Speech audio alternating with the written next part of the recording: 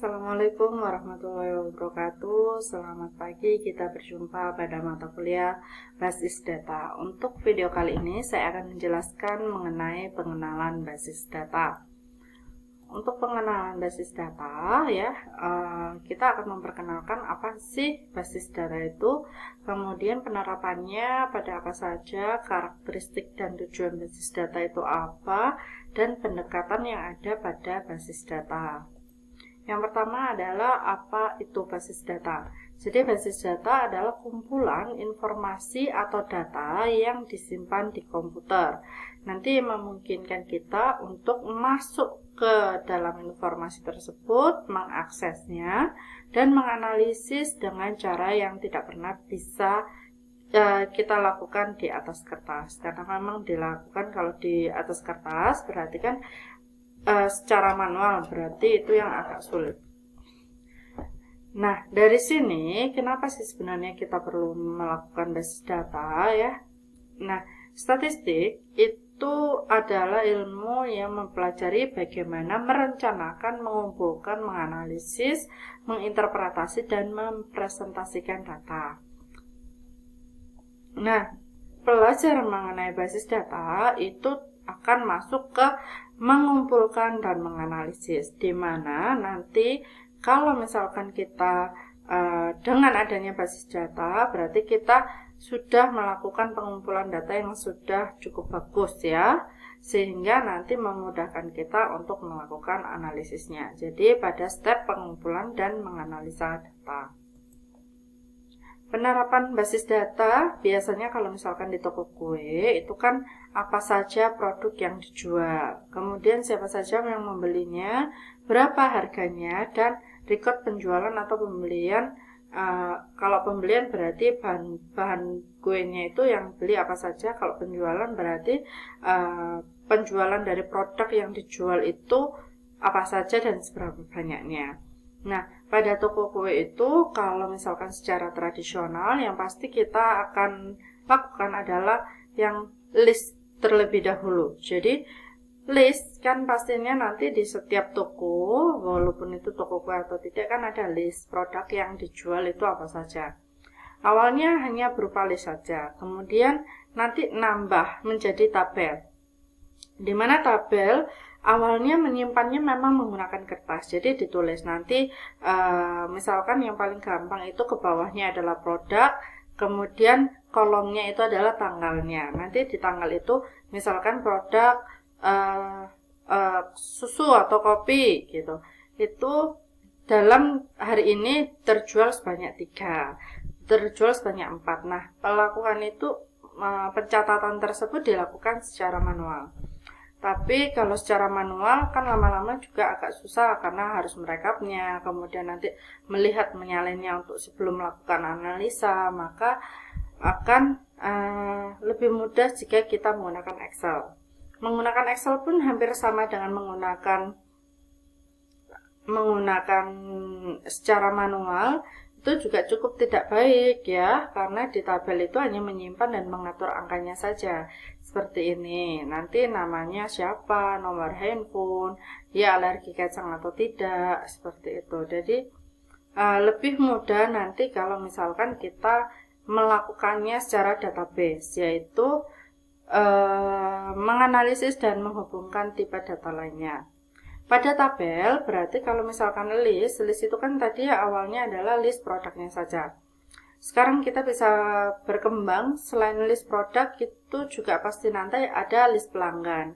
Nanti ada list juga mengenai penjualan. Nah, kalau misalkan seperti ini berarti ini adalah list untuk pelanggan. Jadi di tabel itu kita bisa menggunakan Excel ya.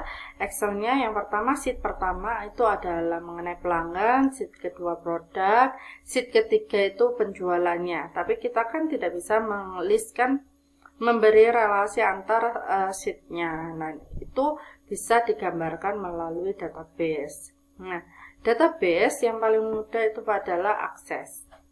Akan tetapi sesuai dengan perkembangan zaman, itu kita tidak hanya melakukan melalui akses saja, tetapi bisa juga dengan suatu sistem informasi yang lebih user friendly dan itu bisa diakses untuk banyak orang. Jadi kalau hanya akses biasanya hanya internal saja, kemudian database ini bisa untuk eksternal, dan yang lama-kelamaan eksternal itu bisa juga menggunakan, misalkan awalnya adalah internal. Kalau ada eksternalnya berarti si pelanggan bisa memesan produk, kemudian nanti tinggal datang ke toko menyatakan mana yang atau kode bookingnya, dan nanti tinggal diambilkan saja pesanannya, seperti itu. Jadi lebih bisa terkoneksi dengan yang lainnya. Nah, bidang fungsional yang telah umum memanfaatkan basis data itu yang paling sering adalah kepegawaian, kemudian pergudangan, akuntansi, reservasi, kemudian layanan pelanggan. Nah, ini semua itu kan berdasarkan sifatnya. Jadi dia untuk bagian apanya. Jadi bagian apa itu termasuk bidang fungsional. Nah, bidang fungsional ini ada pada organisasi mana saja yang bisa memanfaatkan. Itu ada banyak ya. Salah satunya perbankan, asuransi, rumah sakit, produsen barang, industri manufaktur, pendidikan, dan juga telekomunikasi. Ini contohnya ya, kalau misalkan di enterprise information itu pada bidang penjualan. Nanti dari bidang penjualan tadi kita bisa melihat informasi mengenai pelanggan, produk, dan pembeliannya. Sedangkan pada bidang akuntansi itu ada mengenai pembayaran, tanda terima, saldo akun, aset, dan informasi akuntansi lainnya. Untuk SDM itu pasti tentang karyawan, gajinya, pajak, tunjangan, dan hasil gajinya, totalnya yang harus ditransfer berapa. Gitu pula untuk banking bisa pada fungsional yaitu perbankan, transaksi kartu kredit, jadi untuk pembelian dengan kartu kredit, pembuatan laporan bulanan, kemudian keuangan ya, keuangan itu kepemilikan, penjualan, pembelian, instrumen keuangan lainnya. Ada juga bidang manufaktur. Biasanya di bidang manufaktur itu database-nya digunakan pada manajemen rantai pasokan dan untuk melacak produksi jumlah barang di pabrik, persediaan di gudang dan toko, dan pesanan untuk item. Karena memang di manufacturing itu kan adalah pembuatan suatu produk. Jadi dia lebih banyak ke jumlah barangnya, persediaan maupun pemesanannya. Kemudian ada universitas. Di universitas biasanya nanti basis data itu digunakan untuk informasi siswa, pendaftaran kursus, dan nilainya. Kemudian web-based service itu adalah media sosial. Di mana media sosial sebenarnya kita bisa menyimpan catatan pengguna, hubungan antar pengguna seperti teman atau mengikuti ya, follower itu juga bisa. Posting yang dibuat oleh pengguna, memberi peringkat, menyukai, dan lain sebagainya. Pada bidang telekomunikasi itu untuk menyimpan catatan panggilan, teks, dan penggunaan data, menghasilkan tagihan bulanan, memelihara saldo pada kartu panggilan prabayar, dan menyimpan informasi tentang jaringan komunikasi. Perlu saya ingatkan lagi bahwa di sini ada perbedaan antara sistem informasi dan database. Kalau database itu adalah menyimpan tabel dan relasinya, sedangkan sistem informasi itu sudah lebih cenderung ke user face-nya. Jadi user interface-nya untuk front end dan back end. Kalau front end itu untuk usernya, kalau misalkan back end itu untuk yang si pengembang aplikasinya. Itu sudah untuk bagaimana penerapan lebih mudahnya. Kemudian di karakteristik basis data itu tujuan utama dari DBMS ya, Database Management System ya, untuk penyimpanan datanya itu tadi. Penyimpanan tabelnya adalah menyediakan cara untuk menyimpan dan mengambil informasi database yang nyaman dan efisien. Karena nyaman dan efisien ini biasanya kalau kita tidak menggunakan komputerisasi, berarti kita harus mencari terlebih dahulu di mana file itu berada, kemudian dibuka yang mana yang harus kita lihat, seperti itu. Sedangkan kalau menggunakan komputerisasi, itu kita tinggal klik search-nya saja, nanti secara otomatis akan keluar mana saja, dan itu menghemat waktu. Sistem database dirancang untuk mengelola banyak informasi. Nah, pengelolaan data itu melibatkan struktur, manipulasi informasi, keamanan, dan menghindari adanya anomali. Sistem database paling awal muncul pada tahun 1960-an sebagai tanggapan terhadap manajemen terkomputerisasi data komersial. Nah, sistem database digunakan untuk mengelola kumpulan data yang sangat berharga, relatif besar, dan dapat diakses oleh pengguna dan aplikasi seringkali pada saat yang bersamaan. Ini merupakan karakteristik dari database, karena memang data sebenarnya itu sangat berharga banget, karena nanti berasal dari data kita bisa menganalisa sehingga kita bisa membuat keputusan, dan itu sesuai dengan target penelitian kita. Dan data biasanya itu bukan kecil, karena apa? Mereka harus tersimpan secara sistematik dan periodik. Oleh karena itu, semakin lama maka database-nya akan semakin besar.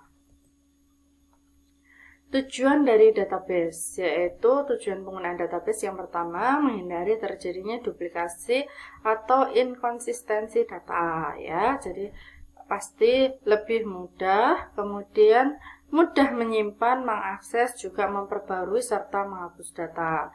Jadi gampang banget memang untuk mengganti dan lain sebagainya, daripada kita melihat-lihat, kemudian nanti kalau secara manual berarti coretannya ada berapa, itu yang agak susah. Kemudian yang ketiga adalah menghindari adanya data isolation, integrasi problem, ya, menjamin kualitas data dan informasi yang diakses sesuai dengan yang dimasukkan. Dan yang terakhir adalah melakukan perlindungan dan pengamanan data. Jadi di database itu sebenarnya juga harus ada perlindungan dan pengamanan data. Jangan sampai data yang kita simpan itu akan disalahgunakan. Oke, pendekatan basis data. Nah, di sini pendekatan basis data itu adalah integrasi dan pembagian data dalam organisasi. Untuk cara di sini pendekatan dari basis data ada 4 hal yang kita bisa lihat, ya.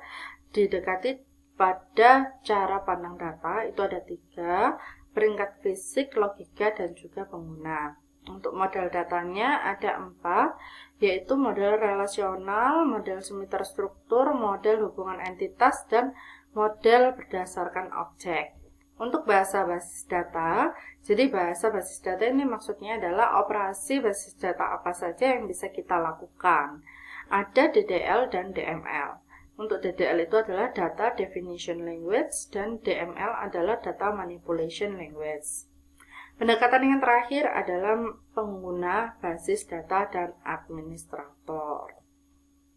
Kita bahas satu persatu. Yang pertama adalah cara pandang data. Jadi penggunaan sistem basis data itu mayoritas adalah orang yang kurang terlatih di bidang teknologi komputer. Jadi pengguna itu adalah user, ya.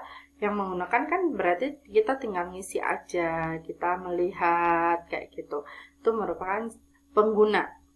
Nah, untuk menyederhanakan penggunaan sistem itu berarti perlu dibuat peringkat abstraksi. Nah, peringkat pengguna, ya, usernya itu tadi user 1, 2, 3 dan seterusnya. Kemudian peringkat logika dan peringkat fisik. Di sini yang terendah adalah dari fisik ke yang paling tinggi adalah yang tingkatan peringkat pengguna. Oke, untuk peringkat fisik itu mendeskripsikan bagaimana data sungguhnya disimpan dalam media penyimpanan fisik. Jadi seperti hard disk, zaman dulu itu ada namanya pita magnetik dan lain sebagainya. Kemudian di peringkat logika itu mendeskripsikan data yang disimpan di basis data dan hubungan di antara data tersebut. Jadi relasinya bagaimana, ini nanti nyambung kemana, ini nanti mengeluarkan apa, seperti itu. Itu adalah peringkat logika. Untuk peringkat pengguna, setelah adanya logika itu harus ada yang namanya antarmuka atau interface. Secara grafis ya, graphical user interface atau GUI. Dan ini nanti lebih mudah dalam penggunaan dari basis data. Nah, untuk peringkat fisik sampai dengan logika itu pastinya ada di basis data, sedangkan nanti untuk antarmuka atau pengguna grafis itu nyambungnya ke mata kuliah SIM ya, Sistem Informasi Management. Dalam kurun Q2005, cara pandang data hampir mirip dengan model skema ANSI atau SPARC. Ya, American National Standard Institute itu adalah yang ANSI, sedangkan SPARC-nya adalah Standard Planning and Requirement Committee. Nah, kalau di ANSI atau SPARC ini dia bilangnya bahwa yang pengguna itu adalah skema eksternal. Kemudian yang logika itu adalah skema konseptual. Sedangkan untuk yang fisik itu adalah skema internal di mana di dalamnya ada basis data atau database. Seperti itu. Untuk yang kedua, pendekatan yang kedua adalah model data. Model data adalah sekumpulan cara atau perkakas atau tool untuk mendeskripsikan data, hubungannya satu sama lainnya, kemudian semantiknya, serta batasan konsistensi. Nah, ini nanti ada banyak. Yang pertama adalah model hubungan entitas atau entity relationship, atau namanya hubungan ER ya, entity relationship itu ER. Dibuat berdasarkan anggapan bahwa dunia nyata terdiri atas koleksi objek dasar yang dinamakan entitas, serta hubungan antar entitas tersebut. Jadi kita di sini dapat istilah baru yaitu entitas.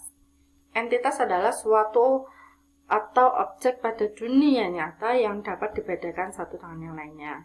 Nah, entitas dalam basis data itu dideskripsikan berdasarkan atributnya. Jadi nanti kalau misalkan manusia, entitasnya adalah manusia, nanti atributnya adalah bagaimana tingginya, berat badannya, warna kulitnya, itu adalah pendeskripsian dari manusia, maka disebut sebagai atribut.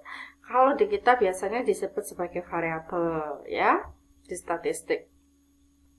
Serta hubungan atau relasi antar entitas ya, menjelaskan kaitan antara beberapa entitas. Nah, himpunan semua entitas dengan tipe yang sama disebut himpunan entitas. Sedangkan himpunan semua hubungan antar entitas itu disebut himpunan relasi. Jadi hati-hati, kalau semua entitas, himpunan entitas, kalau himpunan semua hubungan berarti himpunan relasi. Sesuaikan dengan menyatakan entitas atau relasinya. Nanti kita akan bahas satu persatu saat membuat model ER. Kemudian secara skematik basis data itu dapat digambarkan secara grafis dengan ERD. ERD adalah Entity Relationship Diagram. Gambarnya seperti ini. Nanti kita akan mempelajari yang entitas itu adalah yang kotak, sedangkan atribut itu adalah yang lonjong seperti ini ya, yang lingkaran tapi dia agak lonjong, bukan bulat set. Kemudian ini adalah relasinya. Nah, nanti kita akan bahas secara detail mengenai entitas dan kawan-kawan pada model ER. Kita lanjut. Nah, ini atribut, kemudian nanti ini entitas, kalau himpunannya baru semuanya ya. Ini relasi. Nah, model relasional. Di model data yang kedua itu model relasional adalah model yang menggunakan sejumlah tabel untuk menggambarkan data serta hubungan antara data tersebut. Model relasional adalah contoh model berbasis rekaman atau record ya. Bagaimana bentuk model relasional pada ER itu bisa digambarkan seperti ini. Ini kan kalau ERD ya. Nah, kalau misalkan dalam bentuk tabel itu bisa seperti ini, dimana ini adalah setiap entitas itu ke tabelnya, setiap kotak itu adalah nama tabel, kemudian atribut itu ditulis di bawahnya apa saja. Kemudian nanti kalau ada yang sama, ini name ke name itu diberi garis, sedangkan ini kode MK ini juga diberi garis seperti itu untuk menyatakan hubungannya. Nah, record itu seperti ini. Kemarin masih ingat di Pascal, record itu kan mahasiswa record. Nah, di mana di dalamnya itu ada beberapa variabel atau beberapa atribut. Yang pertama ada nama, name, IPK untuk yang berbentuk angka. Seperti itu. Kemudian yang ketiga adalah model terstruktur, mengizinkan spesifikasi data di mana item data individual dari jenis yang sama mungkin memiliki kumpulan atribut yang berbeda.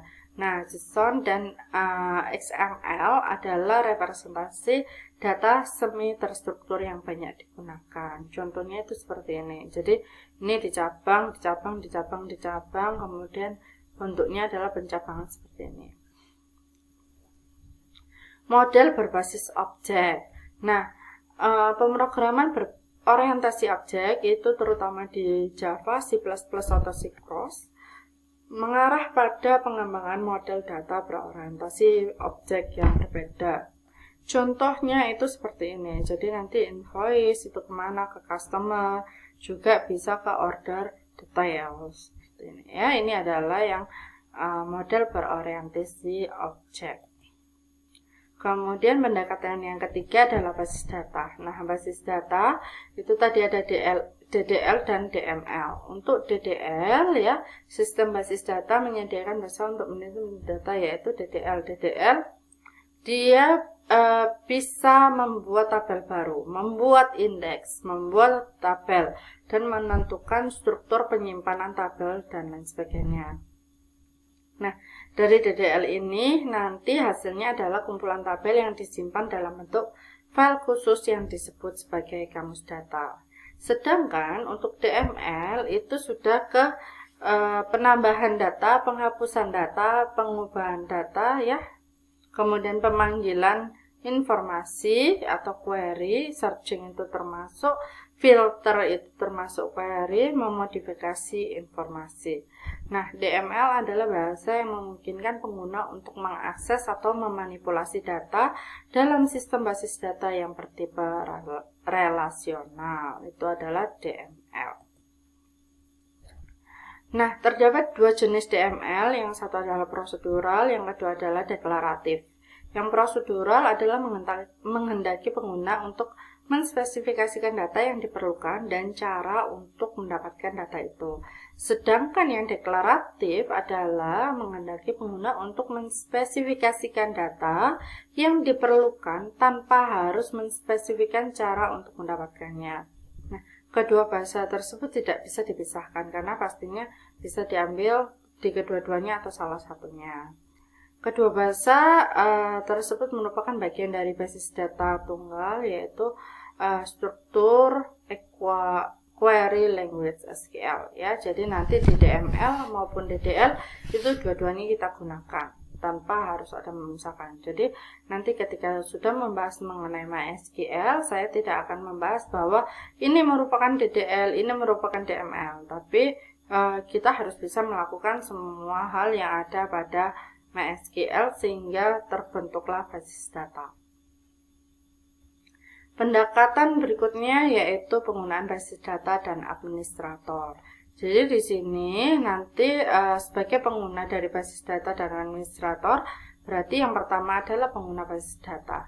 Antarmuka dirancang berbeda untuk tipe pengguna yang berbeda. Ada 4 tipe pengguna. Yang pertama itu adalah pengguna naif. Dia hanya mengisi field pada suatu form. Kemudian pemrogram aplikasi. Dia menggunakan desain form atau antarmuka serta konsep pemrogramannya. Jadi harus tahu runtutan, kondisi, serta pengulangan. Kemudian yang ketiga adalah pengguna canggih yang berinteraksi dengan sistem tanpa menulis program. Jadi mereka mengakses basis data dengan bahasa query. Jadi sudah yang melakukan yang sudah tetap dia bisa pemrograman ya. Walaupun tanpa bisa menulis, tapi bisa paham logikanya yang ada sehingga bisa melakukan query. Untuk pengguna terakhir yaitu terspesialisasi, adalah pengguna mahir yang menulis aplikasi basis data khusus ya yang tidak termasuk pada pemrosesan data tradisional seperti sistem pakar, sistem mendukung keputusan, sistem informasi geografis dan lain sebagainya. Jadi yang terspesialisasi itu untuk membuatnya tidak mulai dari nol, tapi sudah terbangun, nanti tinggal menambahkan beberapa sistem saja yang dicantolkan yang nanti bisa membuat suatu basis data itu lebih bermakna. Kemudian ada administrator basis data, adalah orang yang memiliki tanggung jawab penuh pada sistem basis data, di mana memiliki tugas yang pertama mendefinisikan skema, yang kedua adalah mendefinisikan struktur tempat penyimpanan dan metode akses yang paling efisien. Yang ketiga adalah memodifikasi skema dan organisasi secara fisik. Yang keempat, memberi hak akses pada pengguna basis data. Yang kelima adalah melakukan pemeliharaan rutin yang meliputi membuat cadangan basis data secara periodik, memastikan bahwa tempat penyimpanan masih cukup untuk operasi yang normal, memantau kinerja basis data, dan yang terakhir adalah melakukan recovery jika terjadi hal yang tidak diinginkan. Jadi administrator ini setelah semuanya sudah selesai, barulah dia akan menggunakan atau mengecek penggunaan dari basis datanya seperti apa. Sekian untuk pengantar basis data. Terima kasih atas perhatiannya. Jangan lupa untuk like dan juga subscribe. Bye-bye.